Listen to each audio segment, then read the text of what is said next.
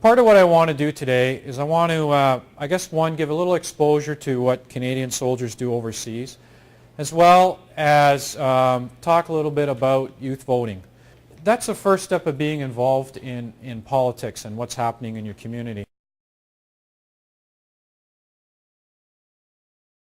When they talk about the issues with the helmets, I'll explain to you how that works. The Canadian government buys the equipment and usually just has enough for the guys that are overseas. So when it's time to do the exchange, the 6 months tour is over for a group, we get on the plane, we go over. It's a 1,200-man battle group at that time. So there's 4 flights, about 300 people. We go over, and as you may know, with the United Nations, when you send one soldier over, you have to send one home, otherwise it's an escalation of force. So as we went there, the 300 that were leaving, they left their helmets and their flak vests on the truck, and it was a free-for-all to try to get one that fits you. And as well, these things had been through 4 or 5 tours already, so they were falling apart. The elastic bands were held on by old, they just sew stuff on.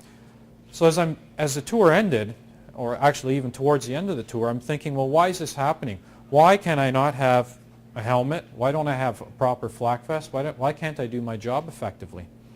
So I thought, well, is it the leadership, the generals? And you heard General Mackenzie on there say they were told this by the political leadership.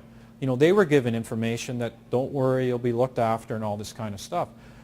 So as I was thinking, well, it's the Canadian government that put us in this situation.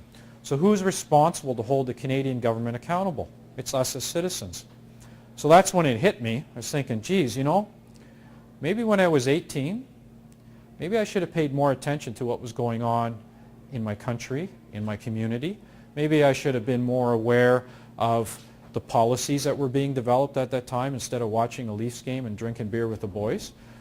And maybe if I would have got involved and started getting involved in discussion and getting the issues out and educating members of Parliament, maybe I would have had a helmet and a flak vest and be able to do my job 10 years later.